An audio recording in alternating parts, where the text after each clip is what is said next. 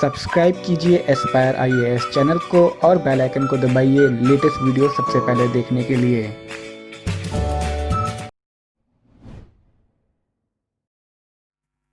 Good afternoon everyone and welcome to Aspire channel.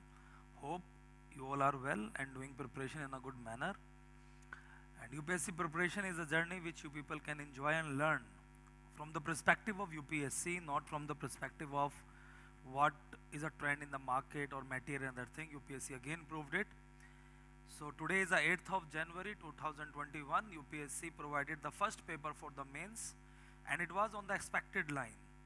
तो जो भी लोग यूपीएससी को अच्छे से जानते हैं समझते हैं उनको पता था कि now UPSC is asking the essays which are in the combination of your morals, ethics, your personality and now the reading are not in a condition to work. Reading का कोई भी महत्व नहीं रहा आपकी जनरल स्टडीज की reading से होगा, बट यस जनरल स्टडीज का अपना रोल होता है that they are providing the content, but these essays which now they are asking are more oriented towards what exactly you are, आप क्या समझते हैं.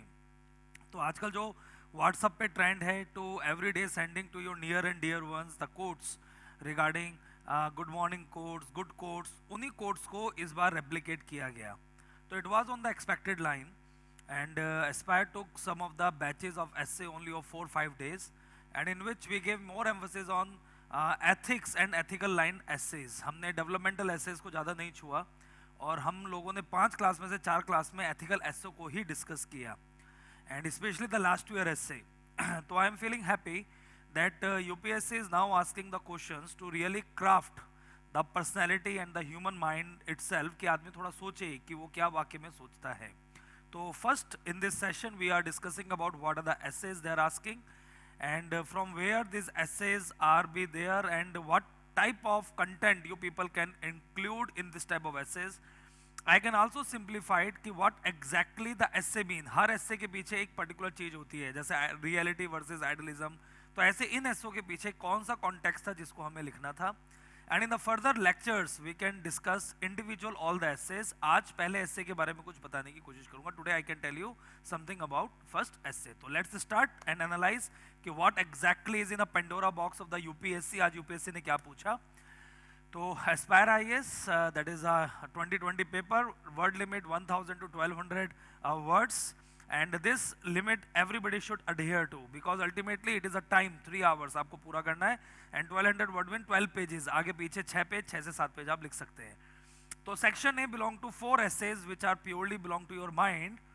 The first essay is life is long journey between human being and being human. तो ये quote वुड्रू करके एक particular person है उनकी है and somehow this quote is also provided by Mahatma Gandhi several time. तो महात्मा गांधी एक बात बोलते थे, the greatness of the humanity is not being human but in being human. उसी के ऊपर कोट है कि we change the word human being, उल्टा कर देते हैं we opposite that's the change the opposite words being human, पूरा मतलब ही चेंज हो जाता है. तो this essay is mainly coming in the context of value education and value of education.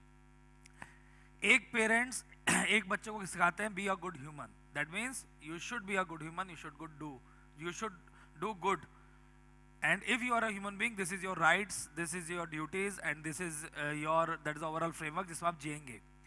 एक पेरेंट्स सिखाते हैं कि not only to being a human that is a being but also being human. इसका मतलब क्या होता है कि if you are using the water you should have the sensitivity about water that we are not in a condition to produce the water.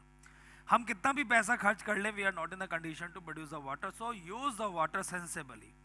In the same manner petrol are never produced by humans, we are only paying the marketing and drilling cost, nothing else. तो it is giving the sense again कि we can not use the petrol. तो कितना भी भर सकते हो, आप सब चीजें सोचते जाओ. Coordination with the environment, environment is one part, human being is one part, but being the human we should also respect other life form, ecosystem services. मैं समझा पा रहा हूँ. इसी तरीके से human being respect everybody including women, but being a human you should also sensitive about your in and around women. women को जम के discuss करो. women as your friend, women as a citizen, women as a mother, women as a sister, being human.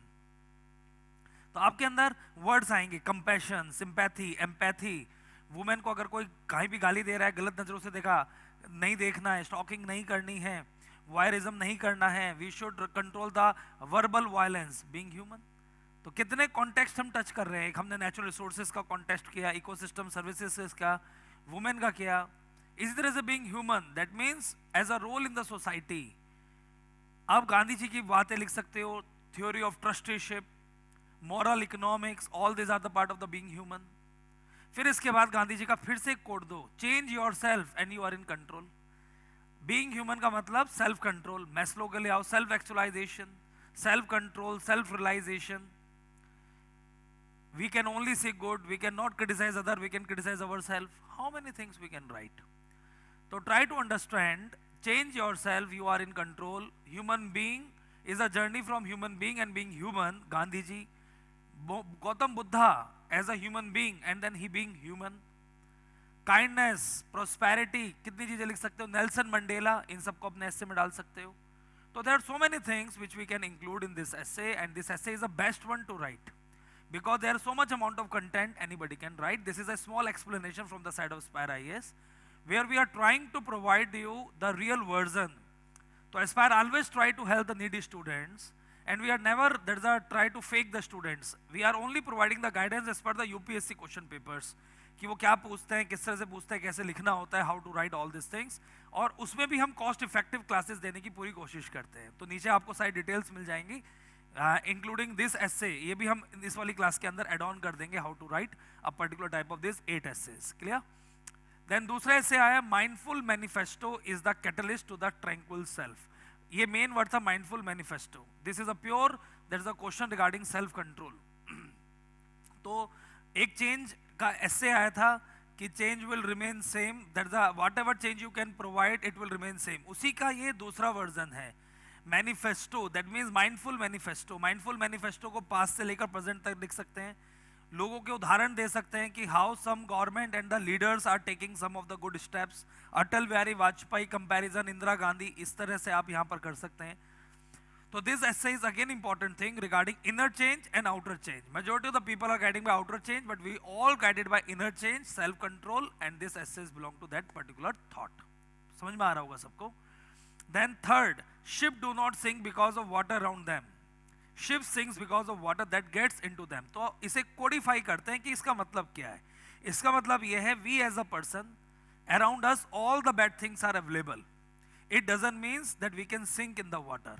But if we are breaking our own character, अगर हम अपना खुद का character break कर लेंगे, all the bad things are coming under us.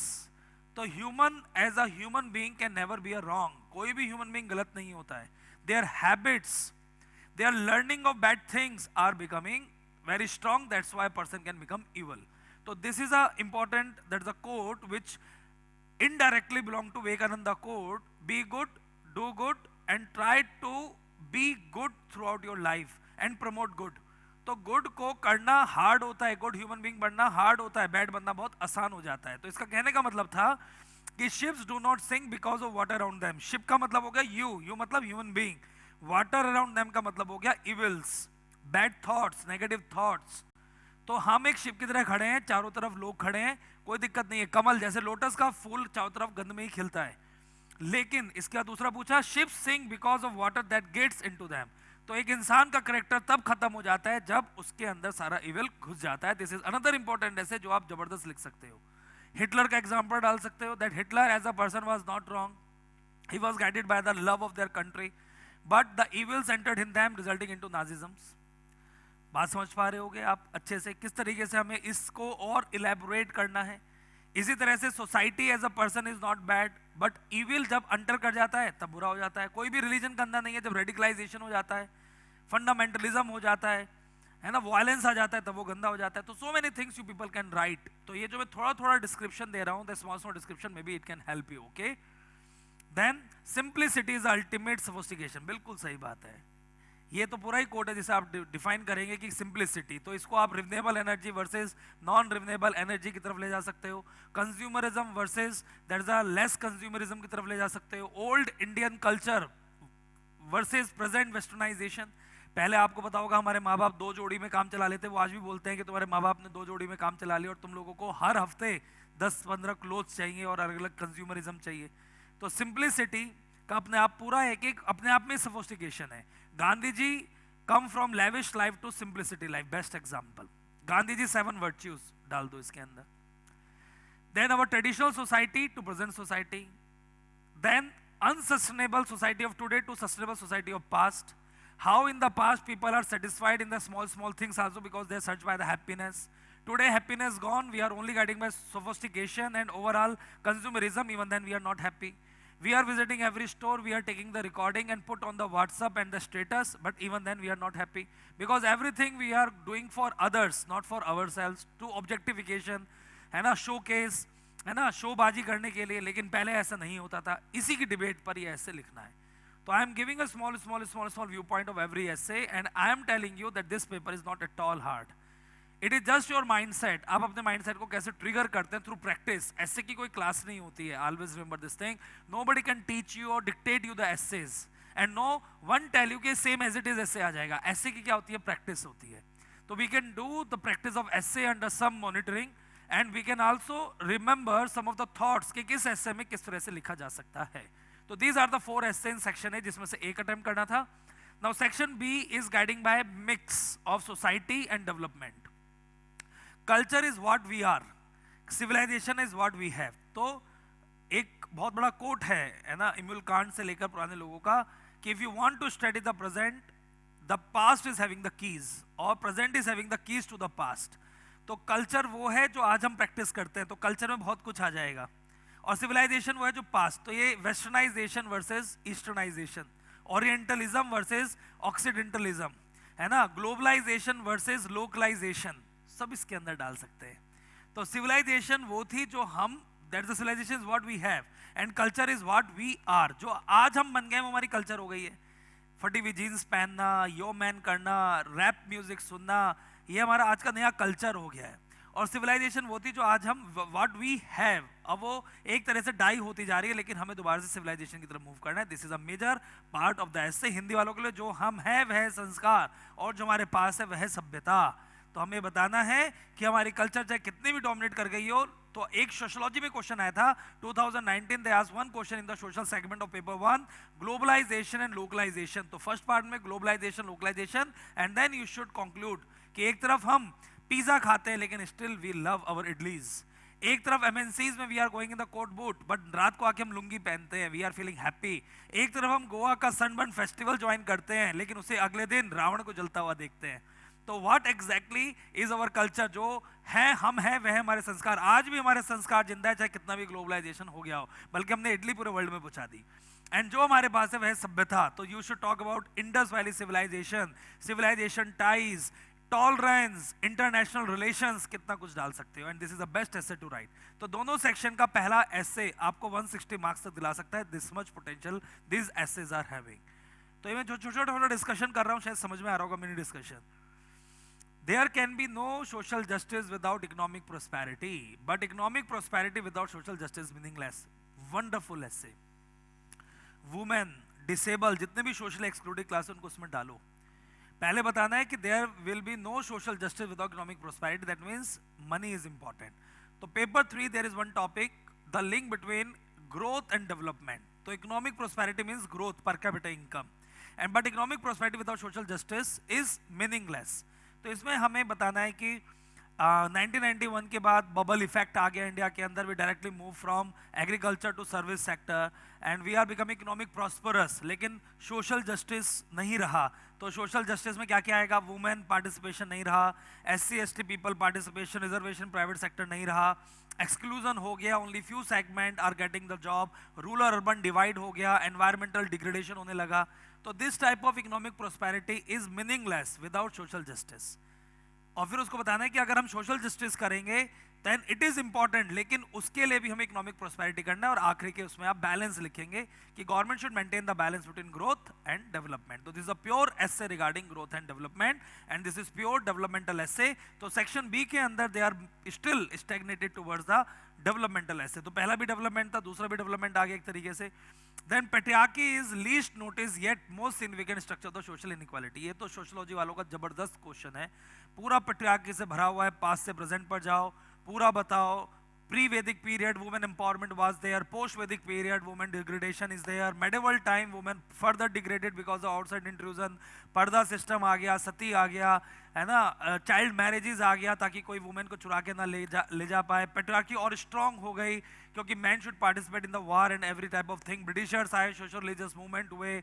आज सब कुछ हम बोल रहे हैं कि somehow we are providing participation of women in the army, we are providing participation of women in private sector, but still reservation is missing. Glass ceiling effect is there. Women cannot be promoted. Women has been discriminated in the male oriented. That is a job. Woman needs networking. Without networking, she is not getting promotion, transfers, awards. कुछ नहीं मिलते हैं. Within department, huge discrimination is there. The classical example is of Kiran Bedi. So many things you people can write. Sociological. That is the theories of Durkheim. आप लिख सकते हैं. Weber लिख सकते हैं. Marx लिख सकते हैं. All these people you can include under this. This is a marvelous essay. तो 7th number का essay attempt करना चाहिए था. Then technology as the silent factor in the international relation. This is a factual question. आपको पहले technology बताना था, world war 2, world war 1 और वर्ल्ड वॉर 2 से related. After discussing world war 1 and world war 2, उसके बाद टेक्नोलॉजी को उस समय के रिलेशन से बता देना था. यूएस से यूके, फ्रांस कैसे आपस में मिले और इन्होंने अपने टेक्नोलॉजिकल पार्ट को इंक्लूड किया. फिर कोल्ड वॉर आया, टेक्नोलॉजी बना, और आज कैसे हो रहा है जिसके अंदर स्पेस ले लो, एक न्यूक्लियर ले लो, डिफेंस ले लो, डीसैलिनाइजेशन प्लांट ले लो, क्लाइमेट चेंज ले लो, इन सब की टेक्नोलॉजी बताना शुरू कर दो. S-400 डिफेंस में ले लो, मिग ले लो, है ना. क्लाइमेट चेंज के अंदर CTCN, climate technology change, that is a network under this international solar alliance. Chandrayaan 1, Chandrayaan 2, Mars, Artemis mission to the moon, upcoming US से मिशन, ये टेक्नोलॉजी हो गया इंटरनेशनल रिलेशंस के अंदर. फिर इसी तरह से desalinization plant from Israel to India, how it is developing. India to Bangladesh, nuclear technology. India to Sri Lanka, nuclear technology. Then Australia, Russia to India. तो ऐसे आप 5-6 सेगमेंट पकड़ लो टेक्नोलॉजी के, and then you can determine technology as a silent factors in the international relations and how it can change the global world order. तो उम्मीद करता हूं that this particular type of analysis helps you. It is very short but effective because I am trying to provide you the overall acknowledgement that how to proceed with this essay, and essay paper is not that much hard. In UPSC, essay want 3 important dimensions only. Number 1, depth of knowledge. Number 2, comprehension skills in interlinking, and how you are expressing, and it is not looking like a GS answer. These are some of the rules. We already recorded one lecture on the YouTube. आप search कर सकते हैं YouTube playlist में Aspire की. How to produce 150 plus marks in the essay. I am provided the whole orientation about how to write the essay. तो आप बहुत लोगों की देखते हैं videos, एक बार Aspire की भी जरूर देखिए. And essay is the only part in GS जो आपको 150 plus नंबर दिला सकता है. बाकी GS का कोई पेपर 150 plus इतनी जल्दी नहीं दिलवाता है. वहाँ आ सकते हैं लेकिन essay में श्योरिटी होती है, अगर अच्छा लिखोगे 150 plus आ सकते हैं. And we provided from this year one of the wonderful essay batch by me only, and a student requested me ki sir please do it. So it is available on the Aspire website www.aspireice.com, and in the UPSC courses essay module just 3,500 rupees including GST. If you want you can do it. So we can coming with more videos regarding upcoming 2021 planners and our Sarthi batch, in which we are providing personal mentorship program with me, and only 50 or 30 students are allowed, and there is no fees, only registration charges are there. And I can guide you throughout your journey of 120 days, and this program is very vital for all the students who really want to qualify. They are struggling, they already read 1 or twice about this preparation, but they are somehow missed out the PT examination. At that time we can help you. So please stay connected with us through the Aspire, that is the YouTube channel. And upcoming video is regarding some motivation, that why not to be fear, and खोने को कुछ नहीं है, अपना मन लगा के तैयारी कीजिए. जय हिंद, जय Bharat, all the very best. Thank you.